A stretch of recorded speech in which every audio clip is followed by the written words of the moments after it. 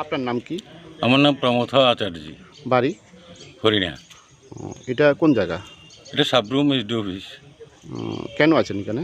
এখানে আইসি আজকে দেড় বছর ধরে অফিসে আইতেছি। আমার একটা জায়গার ব্যাপারে নিয়ে কাগজপত্র জমা দিবার লাগে গেছিল, জমা দিছি। আজকে 1.5 বছর মধ্যে অনেক দিন মাস আমি আইতেছি, কিন্তু আমার কোনো কাজই আসলে দিতেছে না।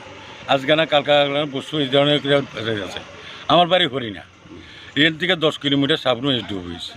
সেখানে আমার বয়স হয়ে গেছে 62 বছর। সেখানে আমি আবার তেলের যে দাম, সেই দাম অনুযায়ী আমাকে সাবরুম আপ ডাউন করা আমার পক্ষে প্রতিদিন সম্ভব হয় না।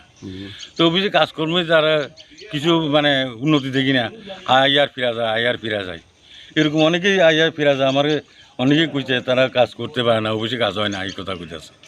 কেন কি জানি না।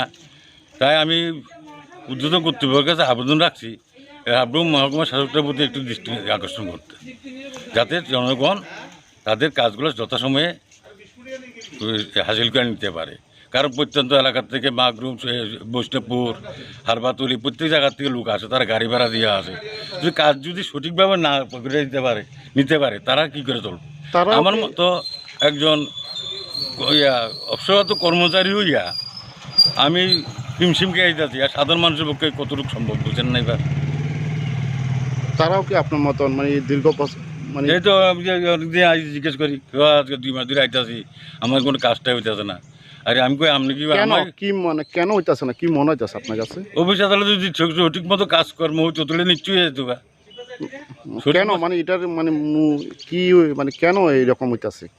কেন এটা তো অফিস জানে, এটা অফিসের ব্যাপার। অফিস জানে তারা কেন কাজগুলো এত লেঙ্গিরি করতেছে, এটা তো আমরা তো জানি না।